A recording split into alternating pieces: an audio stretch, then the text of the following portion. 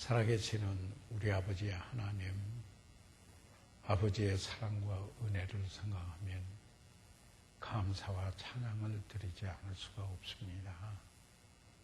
아버지 하나님, 오늘도 하나님을 사랑하고 하나님의 말씀을 사모하는 귀한 분들을 원근해서 아버지 집에 모이게 도와주시고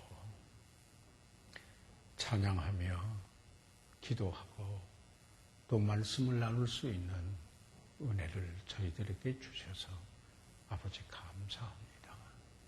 아버지 하나님, 이곳에 모이신 사랑하는 이들을 축복해 주십시오. 그리스도의 은혜와 저를 아는 지식에서 자라가시며 주님을 닮아가시고 복되고 변화된 삶을 통하여 세상을 감동시키고 잃어버린 영혼들을 주께 인도하는데 이 귀한 분들을 사용해 주시옵소서. 아버지 하나님, 가정을 축복하시고 자녀들이 복되고 아름답게 자라서 하나님께 영광 돌리며 아버지 하나님, 가정에서 영위한 일도 외에도 하나님의 축복의 손길이 넘치시옵소서. 이 시간을 주께 의뢰하오며 감사드리옵고 예수 그리스도의 이름으로 기도드렸사옵나이다. 아멘. 네, 그러면은 지난번에 여러분들이 이제 그 공부를 하시고 오늘은 그 6쪽에 있는 로마 숫자 3번부터죠. 네. 그런데 잠깐 제가 교회에 관한 그 교환에는 명시되어 있지 않지만은 좀 특강 비슷하게 서론적인 부분을 한번 좀 이야기를 좀 하고 싶습니다. 그래서 저희들이 지금 우리가 공부하는 게 지역교회입니다. 지역교회에 대해서 지금 공부를 하고 있죠. 이것은 이제 영어로는 로컬 처치라고 그러죠. 로컬 처치라고 이렇게 헬라어로는 에클리시아라는 말을 씁니다. 에클리시아라는 말을 쓰는데 이것은 지역이라는 것은 일정한 장소, 로컬리티를 이야기하는데, 물론 우리 말에서 교회라고 할 때 교회의 뜻은 가르침의 모임이다, 이런 의미에서 단어의 뜻이 교회라는 말이 여기 나와 있습니다. 그런데 우선 이 교회에 대하여 단어의 그 뜻을 생각을 해보면은 우리가 신약 성경에 무려 이 교회라고 하는 말이 에클리시아, 헬라어로 말하면 그 에클리시아라고 하는 말이 117번이 등장을 합니다. 단어가 나옵니다. 그런데 여기에 117번 중에 사도행전 19장 같은 데서는 같은 단어를 모임이라 이렇게 말하고 있습니다. 번역이 되고 있습니다. 또는 민회, 이렇게 민회라고 번역되는 이런 부분들이 있습니다. 그러면은 왜 그러는가? 원래 이 단어에 에클리시아라고 할 때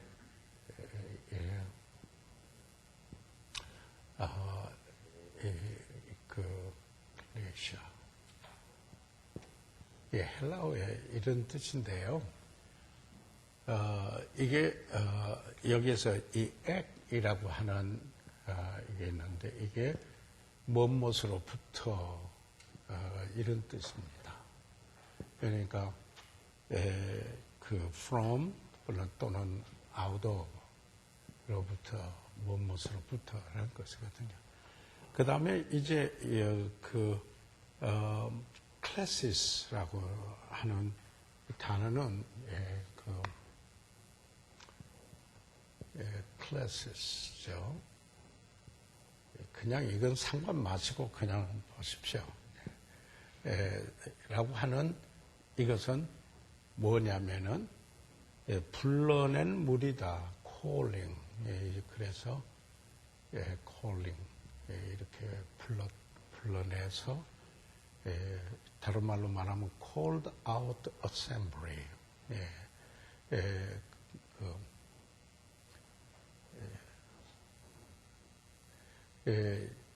회중이다. 모임 회중이다. 그래서 원래 이게요, 그리스에서, 헬라어인데 그리스에서 민주주의가 시작했잖아요. 민주주의가 시작했을 때 정치적인 어떤 목적을 가지고 모일 때 쓰여진 그 단어에서 원래 단어가요. 그래서 사도행전 19장에서는 모임이라고 하기도 하고 민회라고도 이렇게 하고, 그래서 여기에서 이런 것들을 빼고 나면은 그 교회라고 번역이 되는 게 115번이 번역이 돼 있다. 그래서 이 교회에 대한 그 단어적인 의미는 어떤 의미가 있느냐면은 어떤 목적을 위해서 불러내 가지고 그 목적을 위하여서 모인 무리다. 그러니까 call out assembly. 그러니까 그 세상이면 세상 뭐 여러 있는데 거기에서 어떤 목적을 가지고 여기에 모인 무리다 이런 겁니다. 그러니까 그 보이지 않는 이것을 성경에서는 말하지 않았어요. 보이는 가시적인 이런 것을 이야기를 했습니다.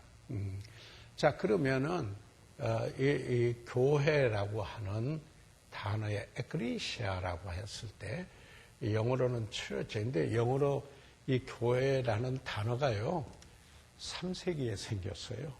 그러니까 성경이 있고 나서 영어가 한참 있다가 교회라는 이 단어가 생기게 됐어요.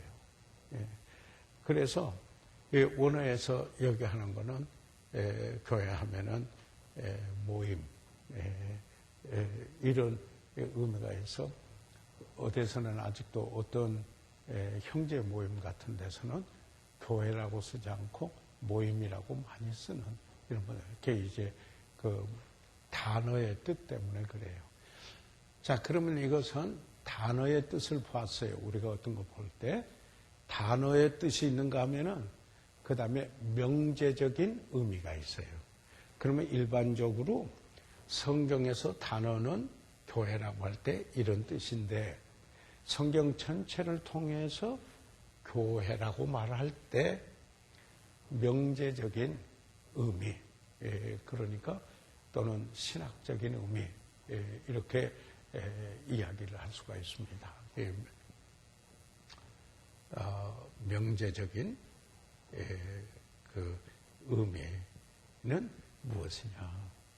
그러면 이제 우리가 성경을 여러 가지 종합을 해서 보게 되거든요. 그런 의미는 교회는 예수 그리스도의 피로서 구속함을 받은 사람들이, 그러니까 구원받은 사람이죠. 그러니까 예수 그리스도의 피로서 구속함을 받은 사람들이 그렇게 됩니다. 그들의 믿음을 공개적으로 고백하고 professed believers입니다. professed believers, 고백된 신자들. 그런데 어떻게 하냐면은 성경적으로 더 해야 되겠어요? 사도행전에 보게 되면은 저들이 믿는 사람들이 침례를 받아가지고 교회에 더해졌어요. 그래서 이렇게 말할 수 있어요. 예수 그리스도의 피로써 구속함을 받은 사람들이 그들의 믿음을 세상을 향하여 침례로 고백하고, 그러니까 침례를 받을 때 예수 그리스도께서 내 죄를 위하여 죽으시고 장사 지낸 바 됐다가 사흘 만에 살아나신 그 예수님을 믿고 내가 구원받았습니다 하는 것을 나타내 보이는 거죠. 그리고 그 연합을 의미할 때 나도 그래서 그리스도와 함께 죽고 그리스도와 함께 새 생명으로 살아서 내가 새 사람 되었습니다 하는 것에 침례가 그것을 나타내는 타입, 모형이에요. 침례가 구원이 아니에요. 예수 그리스도만 구원이에요. 그런데 그 예수 그리스도의 피로서 구속함을 받은 그리스도인들, 믿는 자들이 그들의 믿음을 침례로서 세상에 여기에 공포하는 거예요. 그들의 믿음을 여기에 고백하고 이렇게 고백하고 하나님의 목적을 위하여, 하나님의 목적을 위해서 지역적으로 모인 무리다, 모임이다. 이게 교회예요. 교회. 자, 그러면은 다시 한번 제가 물어보겠습니다. 교회 단어적인 뜻은 무엇으로부터 불러낸 모임이다. 그러니까 목적을 가지고 있었어요. 그 당시에 그 그리스에서 민주주의가 시작했잖아요. 그랬을 때 그래서 19장에 민회, 백성들의 모임할 때 민회할 때 원어로는 에클리시아 똑같아요. 이제 그런 부분들이 있는데 그게 단어적인 의미인 것을 그래서 민회 모임이라고 이렇게 번역이 되어 있는데, 그런데 우리가 명제적인 의미에 합해서 교회라고 말했을 때 그것은 예수 그리스도의 피로써 구속함을 받은 사람들이 그들의 믿음을 침례로서 고백하고 세상에 고백하고 하나님의 목적을 위하여 지역적으로 로컬리티 지역에서 모이는 무리다. 이렇게 되었어요. 그래서 예를 들자면은 이렇게 된 거죠. 우리는 왜 성경에 보면은 에베소 교회 그렇게 나왔죠. 고린도 교회 이렇게 나와요. 갈라디아에 있는 교회들, 거기는 복수로 갈라디아 교회입니다. 갈라디아서는 갈라디아에 있는 교회들, 마게도니아에 있는 교회들, 예를 들자면 빌립보에 있는 교회, 그 다음에 테살로니가에 있는 교회, 그 다음에 베리아에 있는 교회, 그 지역이 마게도니아였어요. 그래서 마게도니아에 있는 교회들 할 때 빌립보에 있는 교회, 데살로니가에 있는 교회, 그리고 베리아에 있는 교회 이렇게 이야기하거든요. 그래서 예루살렘 교회 그게 시작이죠. 교회 예루살렘의 교회 이렇게 되지는데, 자 그래서 예를 들자면은 우리는 왜 앞에 불광동이라고 쓰는가? 우리가 불광동에서 모이기 때문에 그래요. 예를 들면 성경에서 그 지역의 이름들이 많이 붙었잖아요. 이 동자를 꼭 넣어야 돼요. 이 동을 안 넣으면요, 부처의 빛이 되고 말아요. 이게 원래 불광동이 그런 마을에서 절이 많고, 부처한테 불에다가 빛광자잖아요. 그래서 그 동네인데, 그런 동네에서 성서만이 유일한 권위요 하나님의 말씀이라고 믿는 성도들, 무리들이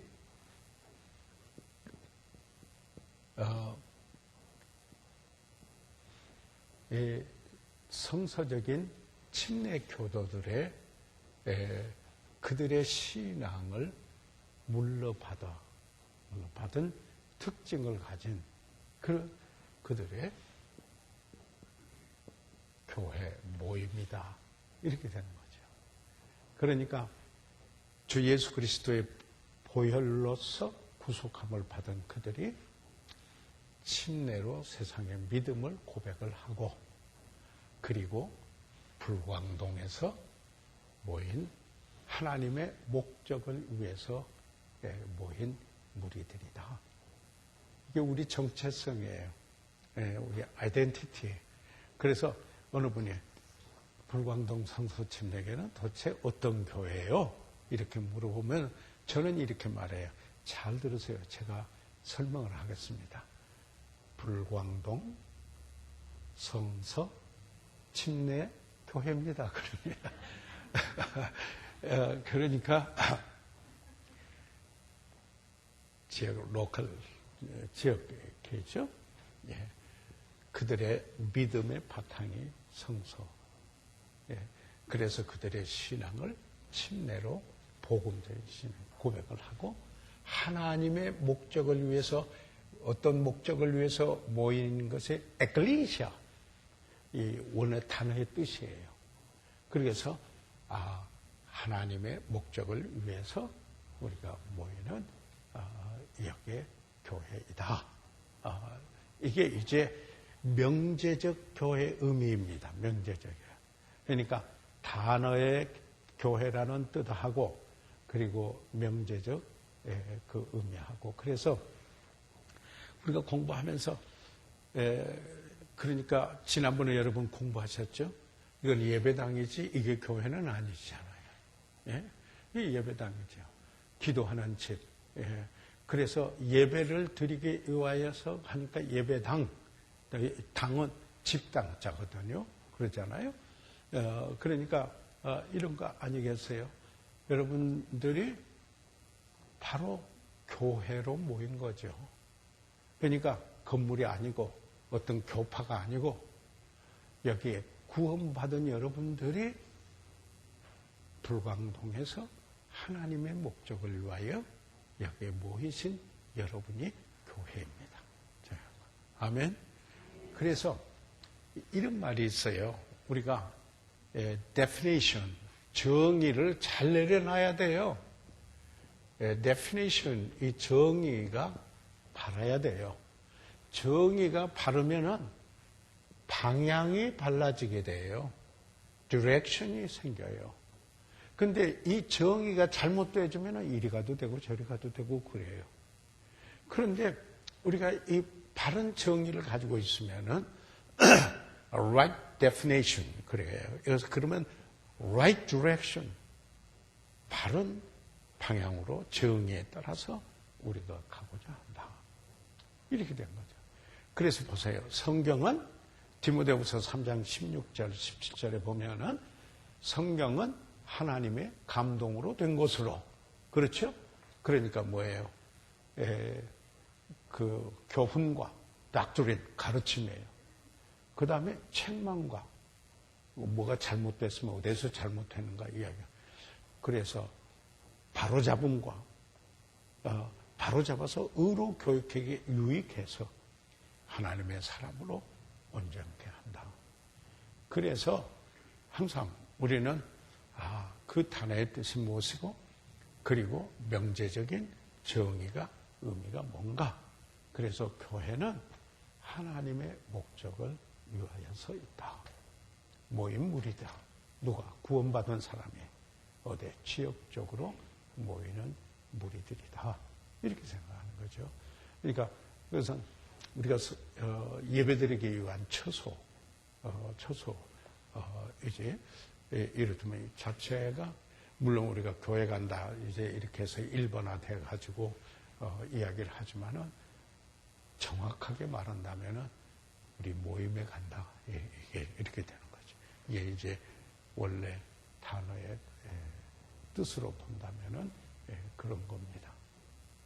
자, 그러면은 잠깐 이걸 한번 제가 또 생각을 해보겠습니다. 뭘 우리가 해보면, 그래서 교회를 말할 때 어떻게 말하느냐면은 교회는 하고, 교회는 하고 1 해서 유기체다. 교회는 유기체다라는 말을 써요. 이것은 오가니즘.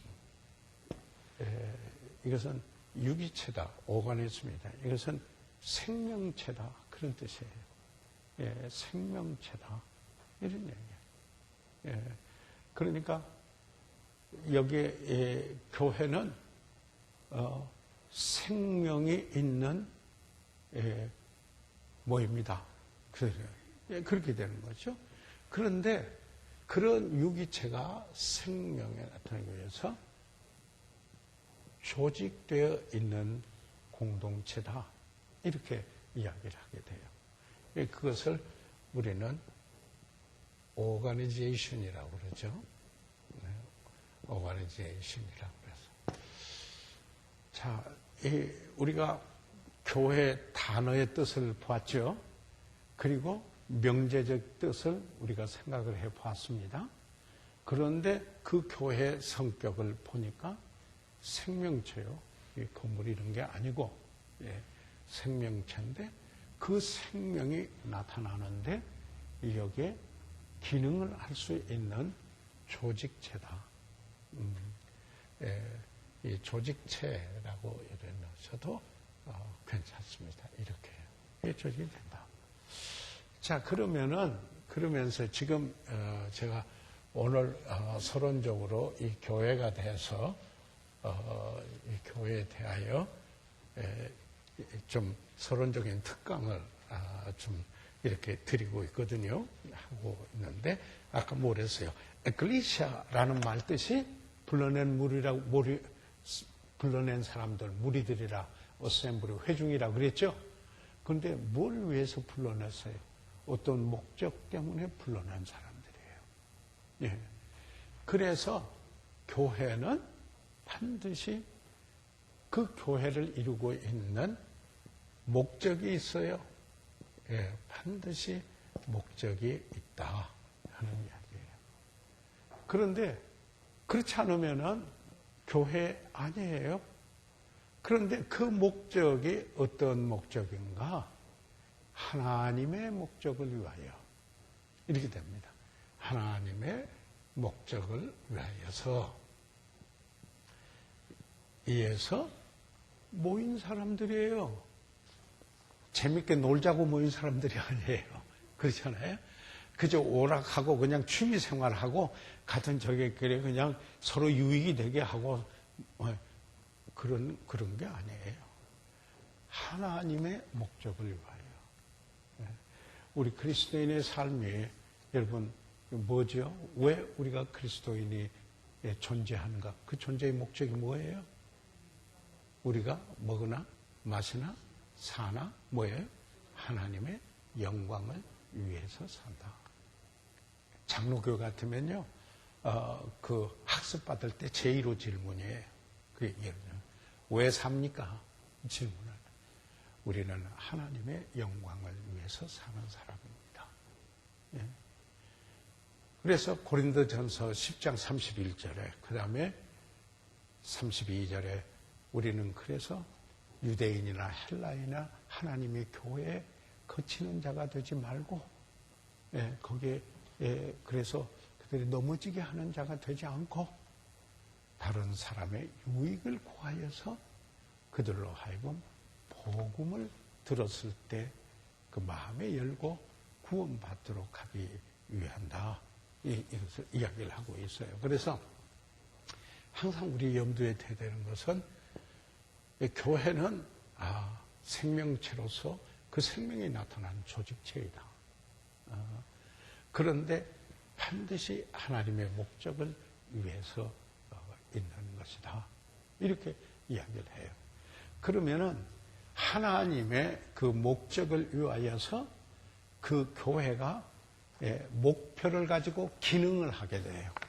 목표를 가지고 기능하는 그 교회의 그 목표, 기능, 이 목적은 대국적으로 하나님을 위한 건데 거기에 구체적으로 그 목적을 위해서 목표, 있고 그 목표에 따라 기능하는 기능이 있게 돼요. 교회가요. 예? 그것을 몇 가지로 나누어 보면은 이렇게 나눠서 이야기를 할 수가 있어요. 예를 들자면요. 첫째로 그 교회는 예배의 공동체다 하는 겁니다. 예배 공동체다. 교회는 예배하는 그 일이 교회 기능의 목표예요. 예. 그러니까 만약에 어느 분이 교회 출석을 잘 않고 다른 일 때문에 쉽게 빠지고 한다고 한다면은 하나님의 목적을 위해서 모이는 게 소홀히 하는 거예요. 그래서 우선순위가 여기에 확립이, 왜냐하면 그 목적이 있으면은 그 목적대로 그 목적 안에서 그 목표를 향하여 내가 살기 원하기 때문에 기능을 하게 되고, 그렇게 될 때 프라이오리티, 우선순위가 생기게 되는 거예요. 내 삶 속에 우선순위가 되는 거예요. 그러니까 하나님께서 인정한 합당한 이유가 아니라면은 그때 모두가 이제 병이 들어서 도저히 기동을 할 수 없다든지, 그러나 어디에 출타를 하게 됐다든지, 이렇다면은 그 외에 여러 가지 긴급한 어떤 사항이 있을 수가 있어요. 뭐 응급실에 갔다 병원에 뭐 이런데, 그거는 이제 그분과 하나님과의 관계 속에서 알아야 될 일입니다. 그런 상황이 아니라면은 하나님은 예배자를 찾으십니다. 그래서 요한복음 4장에 보면은 우리를 구원해 하신 목적 중에 하나가 예배자가 되도록 하기 위해서 우리를 구원해 주셨습니다. 그렇기 때문에 우리가 교회는 예배 드리는 여기에 기능을 합니다. 그 목표를 가지고 예배해야 됩니다. 예? 그러면은 여기서 이제 예배는 어떤 것이 예배인가? 그냥 한마디로 쉽게 딱 나눠서 말하면은 하나님을 만나는 것이다. 이렇게 이야기할 수가 있어요. 하나님을 만나는 것이다. 그런데 이렇게 이야기를 해요. 뭐냐면은 하나님을 만나는, 그러니까 그 모임 속에서 하나님의 두세 사람이 내 이름으로 모이면은 내가 그들 가운데 너희들 가운데 있다. 그렇잖아요. 그래서 하나님의 임재하심을 경험하는 거예요. 그래서 만남은 경험이다. 이렇게 돼요. 그래서 그 만남은 경험이 되고, 경험이 되면 하나님을 만났는데 전과 똑같을 수 있어요? 변화가 일어나게 돼요. 변화가 일어나게 돼요.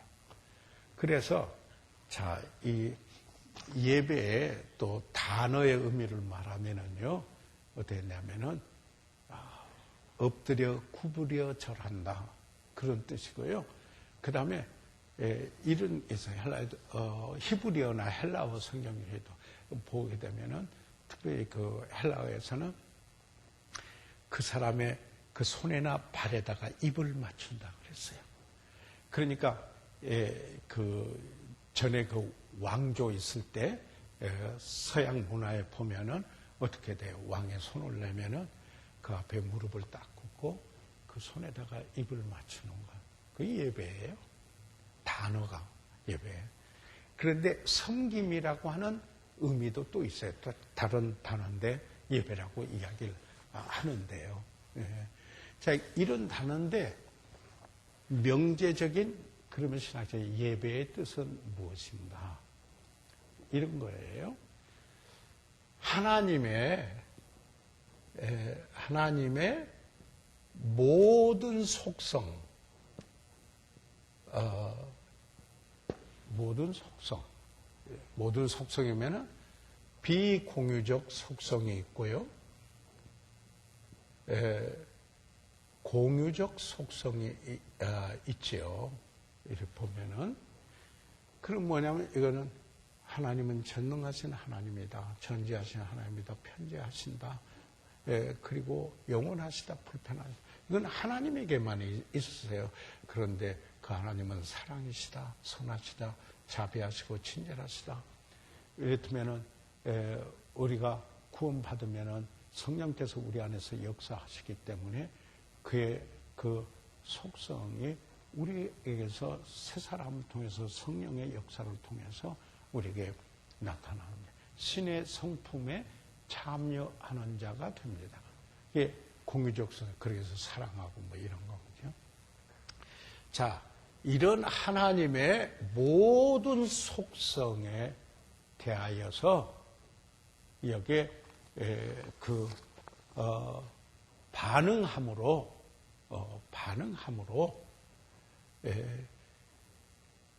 개인적으로는 주관적으로는 하나님을 만났다라는 신비적인 경험과 객관적으로는 하나님이 하신 말씀, 계시, 하나님의 계시에 대한 응답으로 말미암아 변화가 일어나는 것이다. 이게 예배의 정의예요. 예배의 정의예요. 그렇지 않으면 마당만 받고 가는 거예요. 그렇죠? 그래서 예배의 평가자는 아니에요. 하나님께 예배드리러 오는데 그게 아니에요.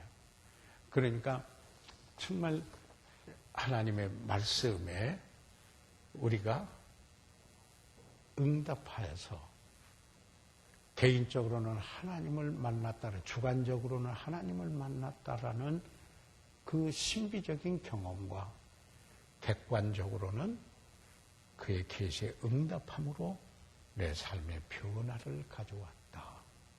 그래서 예배드리고 가면서 이렇게 하는 거예요. 하나님을 만났다 하는 거예요. 그래서 하나님께서 내게 말씀하셨다.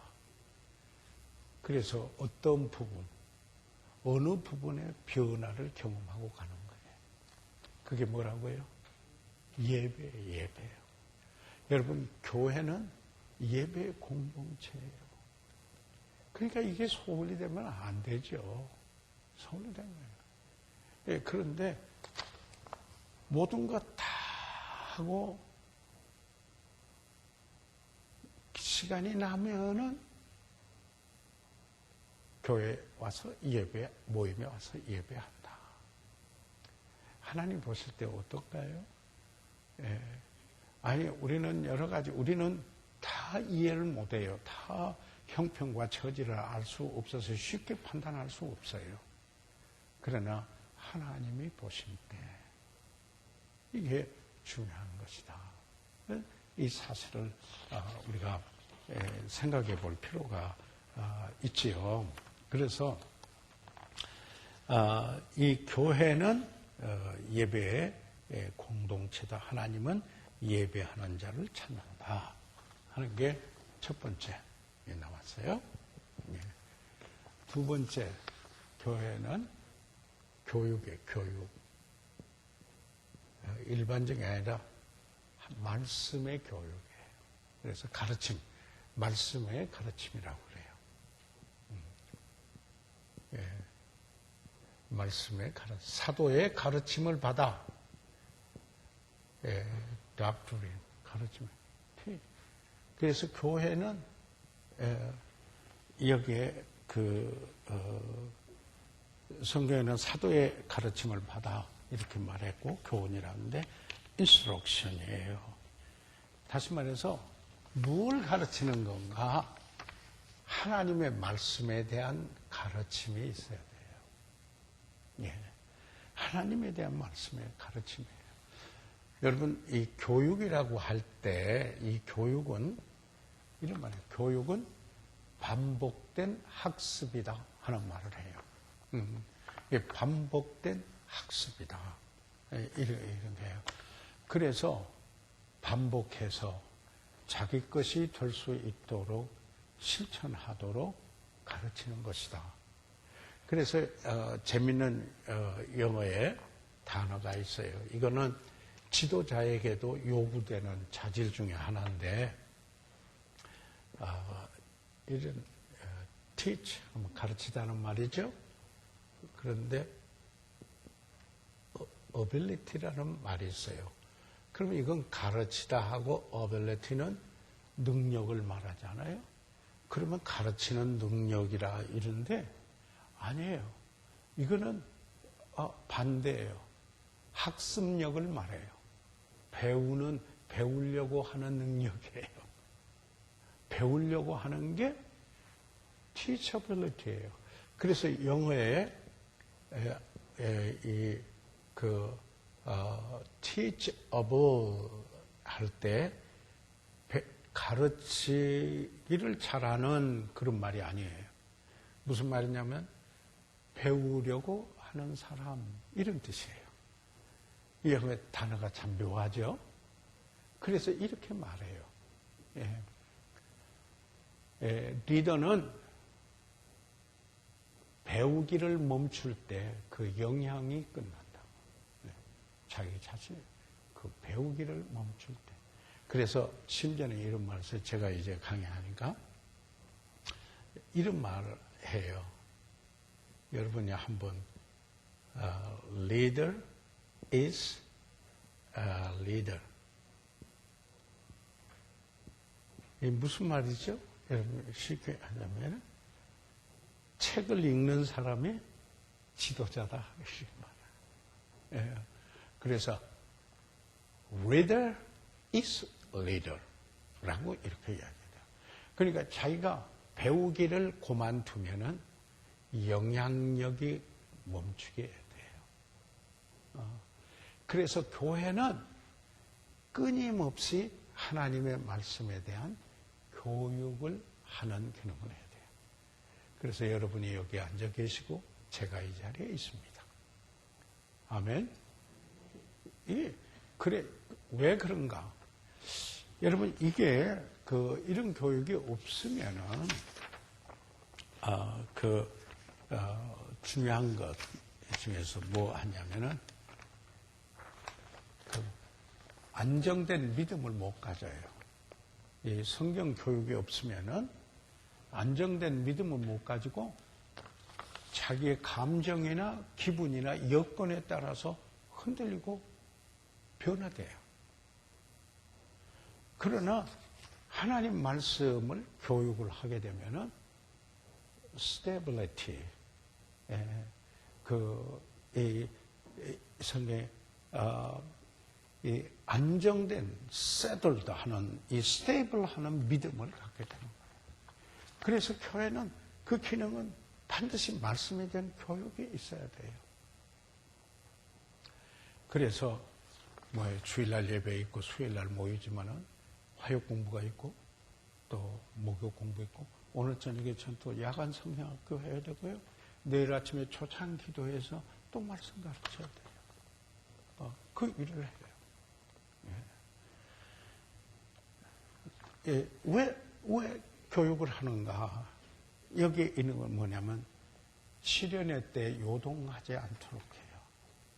여러분, 우리가 인생을 살다 보면 다 위기를 봉착할 때가 있어요. 위기를 직면할 때가 있어요. 어젯밤에도 제가 기도하는 축복에 대해서 시편 116편에 있는 말씀으로 말씀을 드렸거든요.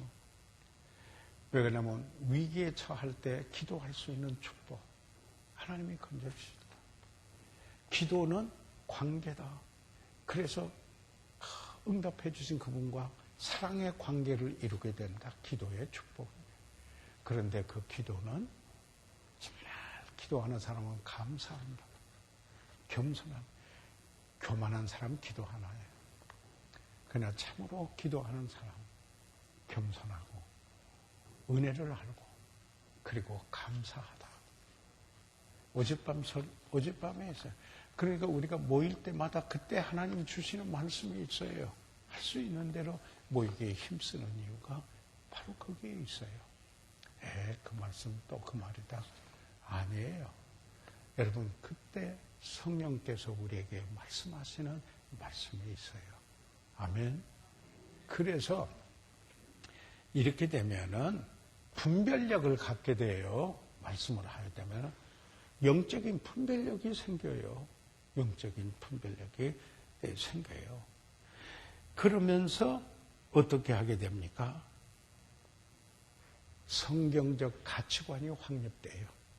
성경적 가치관이 생겨요. 그러니까 분별력이 생기죠. 아, 이것은 하나님이 원하시는 것이 아닌 것이다. 이게 가장 무엇이 좋은가? 영적인 분별력이 성경적 가치관 위에서 생겨요. 왜요? 교육, 말씀의 가르침이 있을 때. 그럴 때 성장해요. 그리스도의 은혜와 저를 아는 지식에서 자라간다. 주님을 닮아가죠. 우리가 구원받은 목적 중에 하나가 뭐예요? 주님을 닮아가는 거예요. 여러분, 이거 분명히 저기 하셔야 돼요. 내가 신앙생활에 기분 좋다 안 좋다 그걸로서 좌우되는 생활이 아니고 성령의 지배를 받는 생활이에요. 맞아요? 하나님의 말씀에 따라서 사는 생활이에요. 그러면은 여러분이 이런 질문에 스스로 답을 하셔야 돼요. 내가 작년보다 금년 얼마나 변화되고 있는가? 이거 여러분 질문하고 답을 해야 돼요. 내가 어디가 변화가 됐나? 어떤 부분이 변화가 됐나? 정말 하나님 앞에서 하나님의 말씀을 여기에 받고 가르침을 받은 이들의 주님을 닮아가는 이런 변화가 있다라는 겁니다. 그래서 아까도 성경적 가치관이 생긴다고 그랬잖아요. 이 분별력이 참 중요한 것은 이 퍼스펙티브라고 영어로는 그러죠. 내가 뭘 볼 때 하나님이 보시듯이 그분의 견지에서 사물을 보게 된다. 그러니까 이것을 하나님의 세계관이라고 그래요. 말할 때 하나님의 세계관이다. 하나님이 세계를 바라보는 듯이 내가 그렇게 바라본다. 하나님을 본받는 거 아니에요? 에베소서 여러분 보세요. 5장 1절에 그렇게 말하고 있어요. 그래서 그러려면은 왜 말씀의 가르침을 받아요? 여러분, 우리 교회는 성경 공부하기만 원하면 기회가 있어요. 열려 있어요. 배우고 싶어도 못 배운다. 그 말씀은 아마 못 하실 거예요. 네? 왜 그러냐면 교회에 우리가 목표를 두고 기능하는 이 교육은 있어요. 저만 하지 않아요. 부서별로 다 있어요. 그리고 여러 부서별에서 또 개별적으로 여러 그 제자 훈련을 통해서 우리 목사님들이 다른 통역자들이 또 그 일을 다 하고 있어요. 자, 그러면은 이제 세 번째 뭐가 또 있느냐면요. 교제가 있어요. 교회는요. 이것을 코이노니아라고 그래요. 코이노니아. 사도행전 2장 42절에 서로 교제하며 그랬죠. 서로 교제하며 그렇게 지금 성경에 있는 말씀을 바탕으로 두고 말씀을 드립니다. 그래서 이 교제는요, 뭐였냐면은 영어로 이 fellowship이라고 이렇게 사귐, 교제, 헬라어의 코이노니아를 그렇게 번역을 해요. 그 다음에 또 뭐 어떻게 하느냐면요, 번역을요, sharing, 나눈다, 주고 나눈다, 나눔이라고도 번역을 해요. 여기에 친교 또는 사귐, 나눔, 여기 나눔이에요. 그 다음에 하나 또 있어요. 코이노니아의 뜻이 participating, 참여한다. 참여. participating이라고 하죠. participating. 참여한다. 우는 자와 함께 울고 즐거워하는 자와 함께 즐거워한다. 참여하는 애. 사역에도 참여해요. 이게 다 교제예요. 그래서 우리가 이 본질을 알면은 이 에센스, 이 본질을 뭐가 본질인가 이걸 우리가 알면은 우리 교회 생활이 달라져요. 교회 생활이 달라질 수밖에 없어요. 예. 그래서 사귀고 나누고 참여하고 이게 교제 코이노니아예요. 그래서는 여기 이게 참 사역에도 그래서 동역하게 되고 이런 일이 있어요. 우리가 주님이 하신 일들을 서로 교제하면서 나누죠. 간증도 하죠. 물질도 나누죠. 물질도 나누죠. 동참하죠. 자, 그래서요, 여기 여러분, 내가 어느 분하고 주 안에서 물질을 나눠본 적이 언제였나? 만약에 내게 꼭 유익이 될 것만, 내게 유익이 될 것만 내가 챙기고 있다면은 아직도 자기중심이에요. 그래서 존 웨슬레는 지갑이 회개하지 않았으면 그분의 회개를 의심한다 그랬어요. 무슨 말인지 이해가 됩니까? 한참 생각하셔야 됩니까? 그 말은 물질관이 변한다는 거죠. 다시 말해서 소유권자의 인생관이 아니라 청직의 인생관이 되는 거예요.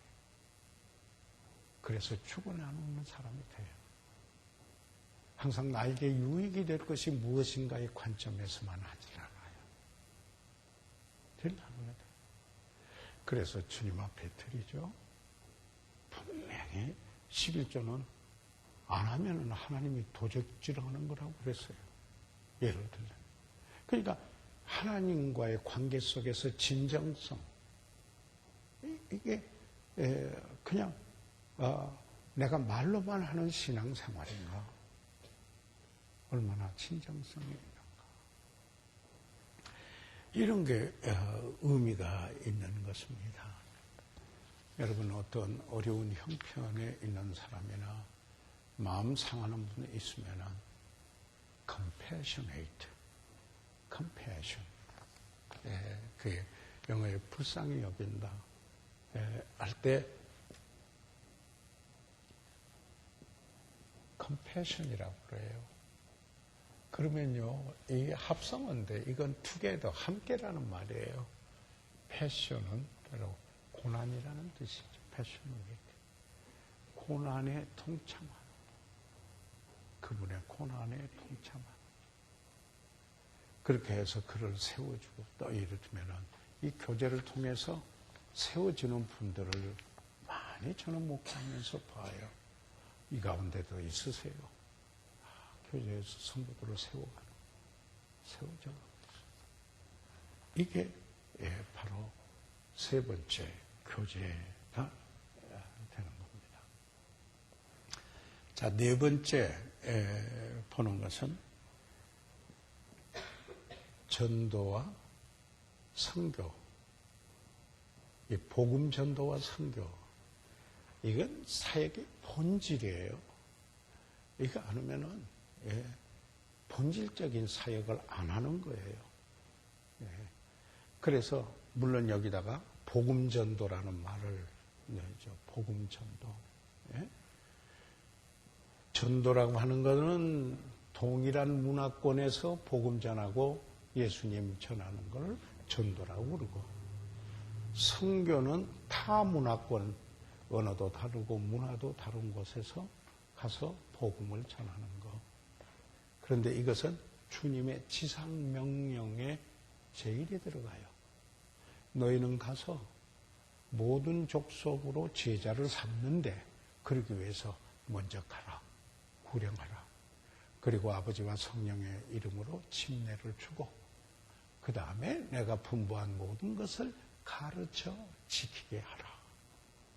그러니까 사실 그 교육이 있기 위해서 먼저 본질적으로 있어야 될 게 전도와 선교이다. 그런데 초대 그리스도인들은 어떻게 했어요? 그들은 날마다 전도했어요. 날마다 전도했어요. 예, 날마다 전도했어요. 예, 사도행전 2장 47절에 주께서 구원받는 사람을 날마다 더하게 하시니라. 그랬어요. 그 다음에 여기에 또 보게 되면은 어떤 일이 있냐면은 사도행전 5장 42절에 저희가 날마다 성전에 있던 집에 있든지 예수는 그리스도라 가르치고 전도하기를 쉬지 아니하니라. 예, 그 뭐예요? 전도. 지난번에 랭캐스터 교회에서 보니까요. 사역자들은 하루에 30분씩 꼭 전도를 해야 돼요. 그리고 오픈하우스 선데이 우리 같으면 총동원해서 영혼의 인도하는 거 한데요. 거기에 10만 가구뿐이 안 돼요. 우리는 이게 한데요. 그 10만 가구를 한 집도 안 빠지고 전부 다 찾아갔어요. 예. 한 집도 안 빠지고 다 찾아갔어요. 그들이 받아들이든 안 받아들이든 말이에요. 그리고 여기에 러브웍스 사랑은 역사한다라고 티셔츠를 쓰고 말이에요. LA로 출근하는 사람들이 이제 기차역에 그리고 버스역에 가가지고요. 아침에 커피하고 도넛 이렇게 해가지고 섬겨줘요. 아침에요. 그렇게 해주고 그러다가 어느 순간 마지막 날 그냥 일주일 내내 하는 거예요. 내내. 그러다 마지막에 랭캐스터 교회에 초청장을 줘요. 그렇게 하더라고요. 여러분 이 전도와 선교는 본질입니다. 사역의 에센스예요. 본질이에요. 이거 안 하면서 다른 거 하면은 그 우리 동역자들하고 제가 모임 가질 때 그런 겁니다.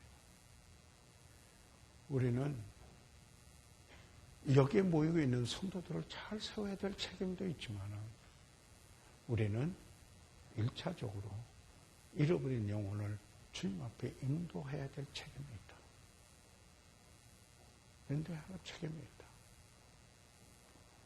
그런 관심을 갖고 있는 거. 정말 내가 전도지나 뭐나 또 어떤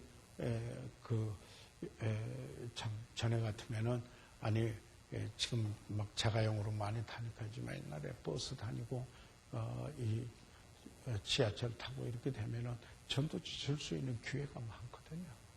사실은요. 아니 그것도 예절을 갖추고 무모하게 그런 게 아니라 다시 말해서 이런 전도와 선도를 한다. 그 다음에 하는 게 봉사입니다. 섬깁니다. 이게 이제 이건 조금 별도로 볼 수가 있어요. 이건 그 영어로는 ministry라고 하면은 이게 이제 사역이라는 말이거든요. 그런데 이게 봉사라는 말이에요. 섬긴 말이요. 똑같아요. 서비스하고 똑같은 말이에요. 서비스, 봉사.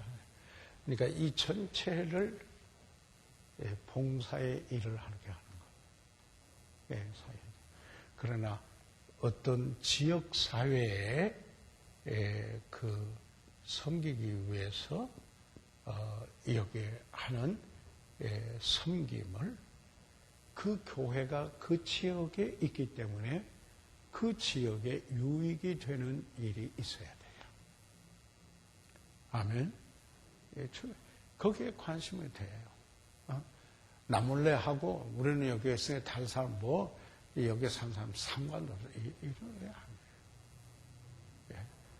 우리가 서울에 있다가 우리는 금요일 날 아침에 조그만한 구제를 하는데 400명이 오시잖아요. 지역사회 우리 교회 제가 이 목탕에 좀 갔더니 거기서 일하는 분이 아유 아침에 금요일 날 봤더니 사람들 많이 오던데요. 근데 전부 노인들이에요. 그러더라. 그래서 그분들이 우리 교회 성도들이 아니고 노숙자나 그리고 어렵고 연로하신 어려운 분들이 무임승차하고 지하철 타고 올 수 있는 분들이 와서 도움을 얻어가는 겁니다. 그게 이제 매 금요일마다 약 400명이 왔다 갔어요. 예, 금요일 아침이면은요. 네, 그건 이제 다른 차원에서 우리가 이야기를 할 수가 있지만은 이 분명히 교회에 이러한 목표를 가지고 그 기능에 참여해야 교회로서의 일을 하는 거예요. 그거예요. 알고도 행치 아니하면은 라고 도전을 해요. 성경은. 예. 그래서 우리는 성서적인 교회다 할 때 정말 성경적으로 예를 들자면 우리가 integrity, 신실성, 통정성 또는 정직성이라고 말하는데 영어의 그 아주 덕목 중에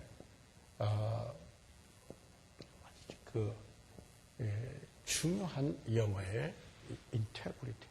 다니엘이 성실하여 신할 때 integrity라고 영어에 나왔어요. 어떤 때는 이 말이 우리말 성경에 정직이라고도 나와 있어요. 신실한. 이런 거예요. 제가 쉽게 이야기하겠어요. 목사의 인테그리티는 자기가 설교한 것을 삶으로 보여줘야 한다. 이게 인테그리티예요. 그건 목사에만 하는 게 아니에요. 그 교회에 속해 있는 성도들은 성경의 그 믿음을 삶으로 보여줘야 한다. 그게 신실한 거예요. 그게 인테그리티예요. 정직성이에요. 정직성이에요. 그러니까 이게 우선순위가 제대로 돼 있어야 돼요. 여러분 보세요. 너희는 먼저 그 나라와 그 의를 구하라. 하나님의 나라의 의와 하나님의 나라를 먼저 생각하라. 그러면 이 모든 것을 너에게 더해 주시겠다. 이렇게 이야기를 하고 있는 것입니다. 그래서 여기에 그 교회에 하나님의 목적을 위해서 이런 목표를 두고 교회가 기능하는데 교회의 목적대로 살려면은 여러분 이게 참여하셔야죠. 아멘? 그렇게 오는 뭐예요 교회가? 성경에서 말하는 교회가 뭐예요? 우리는 어떠한 목회 철학에 따라서 어느 부분에 목사님이 특별히 강조하는 부분이 있을다 할지라도 기본적이고 본질적인 것을 소홀히 해서는 안 돼요. 이건 우리가 함께 가야 되는 소중한 부분이에요. 그래서 자 이제 이런 사역을 하는데 그 10가지 그 사역의 기본적인 10가지가 있어요. 사역의 기본적인 10가지가 있는데요. 오늘 거기까지만 하고 특강을 좀 마치고자 하는데요. 이 10가지가 중에서 첫째 이런 거예요. 사역의 기초는 인격이다 그랬어요. 이게 첫째예요. 사역의 기초는 인격이다. 그러니까 이런 거예요. 우리가 사역을 하고 다 섬긴 일을 하는데 인격이 안 돼 있으면 와르르 쓰러져요. 이 인격이 안 됐으면 한참 세워놓고 다시 허물어요. 그래서 사역의 기초는 The foundation of ministry is character. 영어로 사역의 기초는 인격이다. 그래서 구원받고 나서 우리 구원받은 목적 중에 하나가 주님을 닮아가는 것이에요. 여러분, 완벽하게 어떤 흠이 없다. 우리 각자, 우리 죄성이 있었기 때문에 그럴 수 없어요. 그런데 바로 그것을 깨닫고 바로 그것을 바로잡을 수 있고 그리고는 정말 주님을 닮아가는 모습으로 가야 돼요. 이게 사역의 기초는 인격이에요. 여러분, 오늘 이 공부에 오시고 공부를 함께 바르게 했다면 여러분이 전과 같지 않는 변화가 반드시 일어날 겁니다. 아멘 안 하세요? 예, 반드시. 두 번째, 사역의 성격은 또 nature. 사역의 성격은 봉사, 섬깁니다. 예, 두 번째죠. 첫째는 사역의 기초는 인격이다 그랬습니다. character. 인격이다 말씀을 드렸어요. 예, 사역의 기초.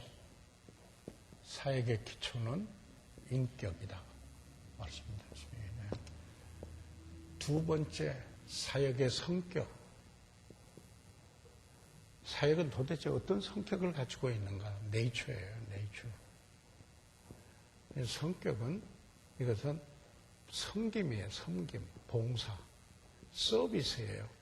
그러니까 우리가 예수님은 섬김을 받으러 오신 게 아니라 섬기려고 오셨어요. 그렇죠?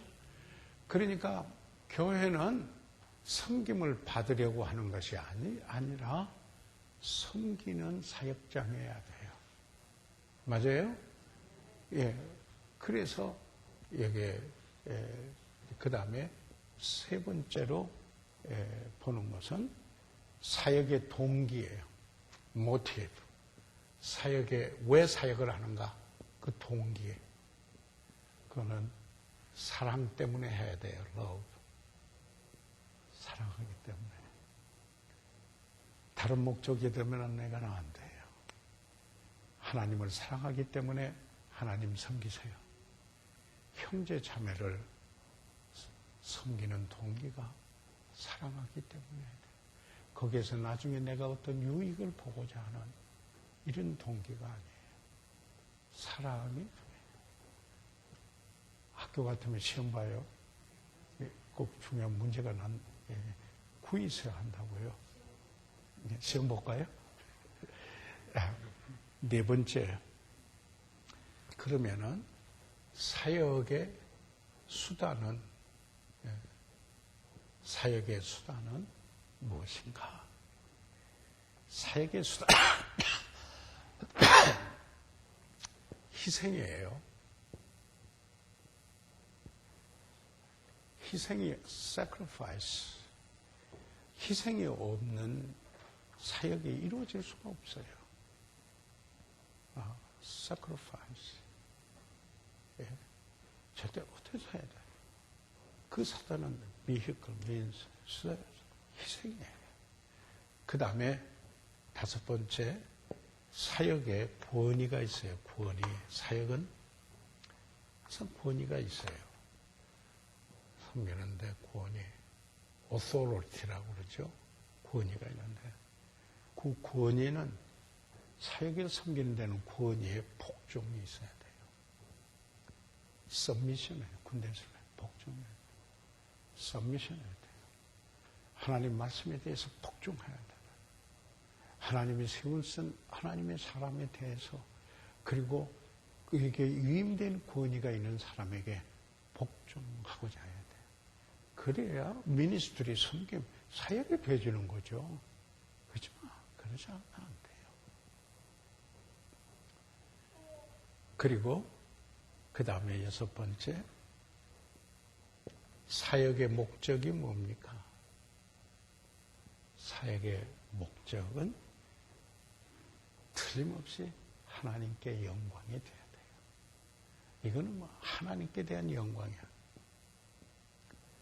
예, 하나님께 영광. 그래서 우리는 이게 하나님께 영광이 되나 안 되나 생각을 해야 돼요. 해야 돼요. 예. 그 다음에 그러면은 7번째로 뭔가요? 자, 사역의 도구. 사역을 하는데 tools. 어떤 도구인가? 보세요. 하나님의 말씀과 기도예요. 사역은 하나님의 말씀과 기도로 해야 돼요. 기도, 이게 tools, 도구예요. 사역의 도구예요. 예. 그 다음에 그러면은 8번째 여기에 사역의 특권이에요. 사역을 하면 어떤 특권을 누리게 되는가? 성장이에요. 성장. 성장을 하는 걸 보게 돼요. growth, 성장이에요. 피차간의 성장이에요. 사역을 할 때 특권은 성장이에요. 엄청나게 성장이에요. 자, 그러면은 9번째가 됐죠? 9번째. 예, 사역의 능력. 사역은 능력이 있어야죠. 그래서 사역이 섬기죠. 성령의 능력. 그래서 우리는 성령의 능력으로 하는 거예요. 네, 마지막. 사역의 본. 사역의 본은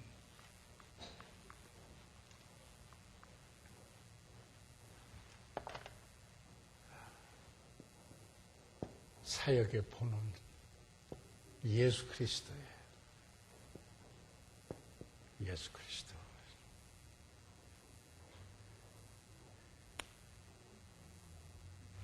이 10가지는 좀 암송해 두거나 내가 섬길 때 한 달에 한 번씩, 그 charles swindoll 목사님이라고 하는 분은 자기 사역자 한 달에 한 번씩 이것을 리뷰한다고 그래요.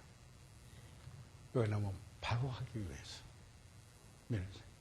자, 사역의 10가지를 말씀을 드렸습니다. 어떻게 사역할 건가? 사역의 10가지 원리, 기본적인 10가지. 예. 여러분, 첫째는 뭐예요? 사역의 기초는 인격이다. 그 다음에 사역의 성격은 섬김이다. 세 번째 사역의 동기는 사랑해야 한다. 네 번째 사역의 수단은 희생에 따라야 한다. 다섯 번째 그 사역의 권위는 복종해야 한다. 예, 복종이다. 그 사역의 목적은 뭐예요? 하나님께 영광. 사역은 무엇으로 해요? 그 도구는 말씀과 기도로 한다.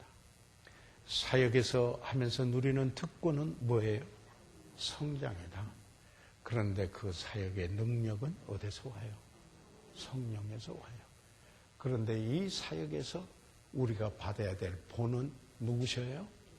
예수 그리스도를 본받아야 한다. 그래서 오늘 여기까지 그 교회에 대하여서 서론적인 그 특강을 했습니다. 교회란 단어의 뜻이 무엇인가? 교회의 명제적 의미가 무엇인가? 그런데 그 교회는 그 유기체요 조직체인데 그 교회가 어떤 공동체로서 어떤 기능을 해야 되는가? 5가지를 이야기를 했습니다. 사역의 10가지 기본적인 원리를 이야기했습니다. 오늘 여기까지 공부하고 마치겠습니다. 11월 24일은 무슨 주일인가요? 추수감사주일입니다. 예. 1년 하나님의 은혜를 생각하고 우리가 하나님께 감사하는 복된 주일이 되기를 주의 이름으로 간절히 축복합니다.